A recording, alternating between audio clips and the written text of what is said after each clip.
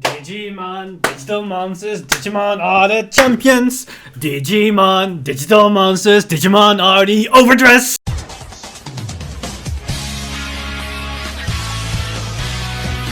Stand up! Vanguard! Hello card fighters, welcome back to another card fight update. You might have been kind of confused when you clicked this video and heard me sing the Digimon theme. But there's a reason for it, which you might or might not already know. You have seen the thumbnail, you probably have read the title, so you have an idea of what I'm referring to. But before we get to that, we have a couple of other things that we need to talk about. Because yes, we got the surprising reveal of Verina Valiente, and oh boy, is it amazing. But we also got some more cards revealed for the main set, which are rounding up all the reveals, and we got some nice high rarity goodies and some insight in the next set that's going to come after DBTL1. I think it's DBTL1, Genesis of the 5 Grades. So before we head into Valiente himself, let's first take a look at two more cards that were revealed for the main set itself. Because they revealed that in this set, we're going to get a promo pack. I think it's going to be a box stopper. And in that promo pack, we have a chance to get one of 10 promos. But those 10 promos are actually common and I believe rare cards of the main set that will then get a high rarity foil treatment. So all those promos are basically a reprint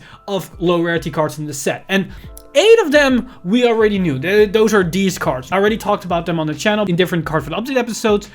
But the last 2 cards are actually brand new cards, and one of them is this Dragon Empire Grade 2 Stealth Rogue of Steel Sword Oshikuni. And Oshikuni has the ability, auto rear circle, when it attacks, if your opponent has 2 or less rear guards, this unit gets power plus 5k until the end of that battle. So it's basically a 15k attacker with a condition attached to it, so it's not that great, but it might be a beater for the Desert Gunner build with Eugene, but I'm not so sure if this is going to be good enough. It's probably not going to be run and it's a low rarity budget build option, but that's about it for this card, so it's kind of whatever. But then we get the other card, which is a brand new grade 3 for Dark States, and this is kind of interesting depending on your stance, because here we have a brand new grade 3 that is Phantasmagory Magician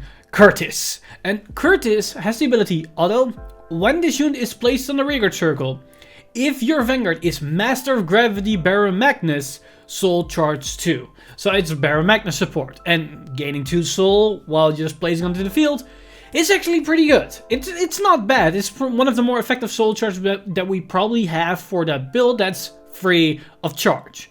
But then we also have the ability, act on rearguard circle. If your soul has 10 or more cards, cost, counterblast 2, and all of your frontal units gets power plus 5k until the end of turn.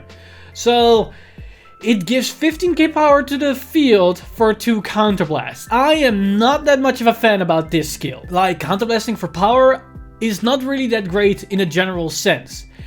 And 2 counterblasts for just 15k power in total is not a good trade. And sadly, this doesn't really interact well with Baron Magnus, because Baron Magnus puts everything into the soul when you multi-attack, and then you call new units out to the field. Sadly, this power buff doesn't get translated to the newly called unit during the battle phase itself, which is a shame, because if that's the case, then maybe this skill would actually be good, but because you give the power increase to the units that are currently present onto the field, the moment they disappear, the power disappears with them, which is a shame. But overall, it can be a good tech choice just for the 2 soul charge, because you need to ramp up as fast as possible, and this card helps you to do that, which is fine. So if we have the room for it, you can play it. But now we get to the main attraction of the video, the main big boy himself, Verina Valiente. But before I'm going to talk about him and show you his skill and analyze every single detail about it, I first want to go back 2 months in the past, because about 2 months ago I made a video speculating about the Overdress mechanic and the future potential of what the mechanic could provide and which direction Bouchard could take the mechanic when designing more overdress targets like Verina. We already seen Verina Arcus, or in this case its official name is now Arcts, and now we see Verina Valiente. And now in retrospect, when watching that video, I am scarily enough on the money for a lot of points and also for a lot of specific details, which is kind of crazy to think about. But at the same time, I am very happy that that's the case, because I was saying those things for a reason, because not only was I believing that this was a possibility and that it will probably happen, I was also advocating for it because those particular points is something that I really love to see and see a lot of potential in it if they actually go through with it. And now that we see this is actually the case, I am very excited for this Overdress deck, and even now more so for its future potential. But if you haven't seen that video, then I'll link it here on top and also in the description down below. It's an interesting video. I go over a lot of interesting topics around the Overdress mechanic, which is even still relevant till this day. And it's an interesting watch now in retrospect, now that we've seen other Overdress targets itself, which gives the video a different perspective, seeing as I made those claims and ideas 2 months ago when we only knew about Trickstar and the original Verina. So if you haven't watched it, definitely give that video a watch. Now, with the self-promotion out of the way, let's go over this new Verina, because oh boy, is it super spicy. Because here we have the brand new Great Free for Dragon Empire, Verina Valiente. And Valiente has the following overdress mechanic, because his overdress is Overdress Trickstar, or a grade 3 or less unit in the overdress state. So basically, he can overdress on top of every overdress unit as long as they are in the overdress state, and he can overdress on top of Trickstar. So you can call Trickstar and then overdress into a Verina Valiente, but what you also can do is call a Trickstar, overdresses into a Verina or in a Verina Arctis, and then immediately overdress it into Verina Valiente. Now you might think to yourself, why would you do that, as you're wasting even more cards, because every time you overdress you go -1. For one thing, for the original Verina, it doesn't really sound all that good because the original Verina has a battle phase skill. Now, as for Verina Arctis, it has an unplace effect which allows you to draw 2 cards. Yes, it gains 5k power, but after that, it basically becomes a vanilla card that just has the overdress state and the overdress keyword. But if we immediately can go into Verina Valiente, we can even get more value out of those cards, because we can then get the main effect of Valiente after we use the draw potential of Arcus or Arcts. So let's take a look at what Verina Valiente has to offer to understand why going from Arcts into Valiente after we went from a Trickstar looks to be a very promising play. So first off, we have his continuous ability, which is Continuous Rigor Circle. This unit gets power plus 5k for each of this unit's original dress. So for every card underneath it, it gets an extra 5k power. And this is where I'm hinting towards with Arctis going immediately into Valiente. It's actually worth it, because the moment that we go from Arctis into a Valiente, we basically give that 5k power that we got for the Counterblast to the Valiente. So we don't even lose out on power. But more importantly, we gain even more power, because if we went from Trickstar into a Arctis or Arcts into a Valiente, that means that Valiente has 2 original dress cards underneath it, meaning he gains an additional 10k power, so he immediately becomes a 23k unit. And it comes after we already draw 2 cards, which means we are negating the losses we do by overdressing repeatedly on that single turn. But interesting enough, we can take it even further than that, because the overdress keyword on Valiente specifies a grade 3 or less unit in the overdress state. So meaning you can go from a Valiente into a Valiente into a Valiente into a Valiente. As long as the first Valiente was in the overdress state, you can keep overdressing over and over and over and over again. And each time you do that, he gains an extra 5k power. And another important thing here is that this power buff is continuous during both players' turns. So meaning he becomes a beefy boy that is hard to remove for your opponent unless they have removal abilities. So this play is very good as long as you're not up against the prison archetype of Brandgate, or you're up against another Dragon Empire deck, or a specific build that has one type of spot removal. So you need to be very careful when you're gonna do rapid succession of these Overdress on top of each other. But if you're confident enough and you know for a fact that your opponent has a hard time to deal with it, then go all ahead, because it gives you a lot of value in the process. Because ramping up all this power on Valiente is for a specific reason, and that reason is his third effect, or his second effect, is Auto on Rearguard Circle. Once a turn, when the attack of this unit in the Overdress state hits, cost counterblast 1 and discard a card from your hand and stand this unit. We have an unhit pressure with a restand capability on her rear guards. This ability, for anybody that's aware with the V-Series, is basically a Dragonic Overlord V-Series version on a rearguard unit, which is actually pretty good, because that means you have actually good hit pressure on multiple attacks without sacrificing the potential of your Vanguard unit.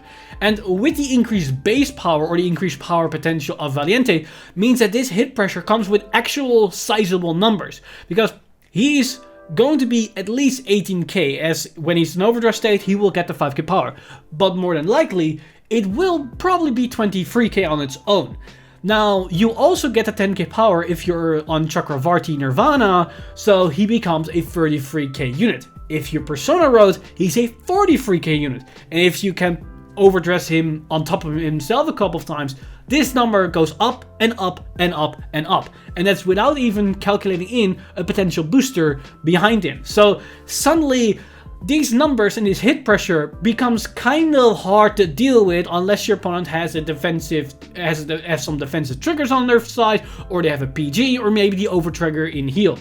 But speaking of the overtrigger, giving the overtrigger power to Valiente is even that more powerful, because if they don't have a PG, then this unit is going to restand, and it's going to restand with the 100 million power. So that's kind of terrifying for your opponent, and this can be a very powerful card. And if you want to go all out, you can have two Valientes to the side columns. So you can have two rearguards that swing with hit pressure that can restand themselves to attack once again.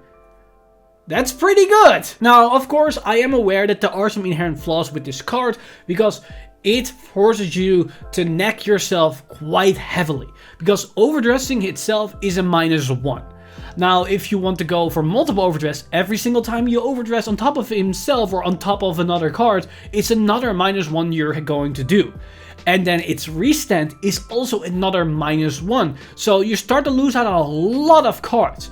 And this is where Verina Arctis or Arcs is so important, because the 2 draw that you're going to get out of that card can help you to mitigate all those losses. Because Arcs himself can negate the minus you do for the entire Overdress right chain, because himself is a -1, and then going into Valiente is another -1, which is a -2 in total. Now, if you resolve the Arc's ability, you negate that -2, and you will only potentially -1 for the restand ability, which in itself isn't actually that bad in that retrospect. So we see the band of these specific units, and we can see the potential of this card. Now, is this gonna revolutionize the deck as it is, and is it going to make the Overdress deck the best deck out of set 1? Probably not, because the flaws are still there, and it's still susceptible for control, and a lot of the nations have some form of control or spot removal, which can screw over any Dragon Empire player that invested into one of his units with multiple Overdress targets, thus nagging even more in the process. So the deck still has some issues, but it has a lot of pushing power and a lot of aggression, and this is probably the more high active tempo play pressure deck, where you just want to rush out of the gates and try to finish the games as fast as possible, and the longer the game progresses, the higher the chance that you're going to lose. So this is an interesting high aggressive, high risk reward gameplay, and that will probably be the main focus of Dragon Empire. But that said, there is a lot of future potential, and I wouldn't be surprised if we either are going to get a generic Verina Searcher that will search us for any Verina out there, or we're going to get a card that can actively put our units into the overdress state without actually needing to overdress them in the first place. Now, do I say we're going to get them in set 2 or set 3? No. Probably will be a while before we get something like that. The Searcher is probably more likely that we get that sooner than later, but that card that forces our units to become in the overdress state without needing to overdress. I think that is an effect that maybe we're gonna get that in a year or two or something like that. But I wouldn't be surprised if we were going to get it in the long run, as that will synergize a lot with the archetype, and it gives the archetype more pushing power and also more aggression and more consistency. So who knows what the future holds for this deck. I personally am very excited for Verina Valiente, and now that I know that they actually are going with the multi-stage evolution chain while also having multi-route options, gives me a lot of hope for future cards for the deck. And now I'm even more excited about the new Verina that's going to come in set 2. And I'm very curious of what design approach they're going to take for that card. So yeah, I'm very excited for Dragon Empire right now. But of course, this isn't everything that we've got, because we also have some high rarity cards revealed to us. As we also saw the artwork for the DSR for Chakravarti Divine Dragon Nirvana, which is this artwork. And honestly, I like this probably more than the original one from the trial deck, so if the card isn't all too expensive, I might get my hands on it. But probably it's gonna be a bit of a hefty price behind it, so I might have to skip on that one. But surprisingly enough, we also saw the DSR artwork for these boys. Yeah, we have the artwork for Violence Bruce and for Bastion. And honestly enough, I am more fan of the Bastion one than the Violence Bruce. There's something about the artwork of Dungy and Violence Bruce that doesn't click with me all that much. But the one with Toya and Bastion, it looks pretty good. So overall, I'm very excited about this artwork, and I see a lot of positive reviews from the community about this artwork. So I hope they're gonna keep those artworks coming. And once we see Tomari and Megumin, oh boy, we all can speculate how probably expensive they're gonna be, so I'm very excited for those ones. But besides those high rarity reveals, we have one more extra information, because Bushiroad also uploaded a new trailer for the upcoming festival collection, as we now know the names, the grades, and the power of the main support units on the cover art for Dragon Empire, Dark States, and Cater Sanctuary. Because for Dragon Empire, we're going to get a 6k grade 1 unit that has the name Blaze Maiden Mirren. For Dark Stage, we're gonna get a 10k grade 2 with the name Diabolus Boys Jared. And then finally for Cater Sanctuary, we're gonna get a 13k grade 3 with the name Heartbow of Heavenly Music Elvian. So most of them are as to expected. Only the grade 1 for Dragon Empire is kind of surprising that it has a 6k body. So I'm very curious of what this card is going to do and if it's justified a lower base power. So I'm curious of what this thing is gonna bring to Dragon Empire. Now, of course, these aren't the only new cards in the festival collection. I believe every nation is going to get 2 cards, if I'm correct. So we have still 7 more cards to go. And of course, we don't even know the skill. We only know the base numbers on the card. And we knew the artwork, but now we see the entire artwork. So I'm very curious about the rest. The artworks themselves look gorgeous enough, so if that is for all the cards that are going to be in that set, then we're gonna have a good time. But with that said, that's basically everything that we got today. Of course, the main bulk of this video was for Verina Valiente, but what do you expect? It's the poster boy of set 1, and it's probably the most exciting card that I've seen in a while. So yeah, I'm very excited, and I cannot wait until we see more reveals and more cards for the set, and once we see the entire set list or card list for the set 1, so we can actively and correctly playtest these cards as Overdress.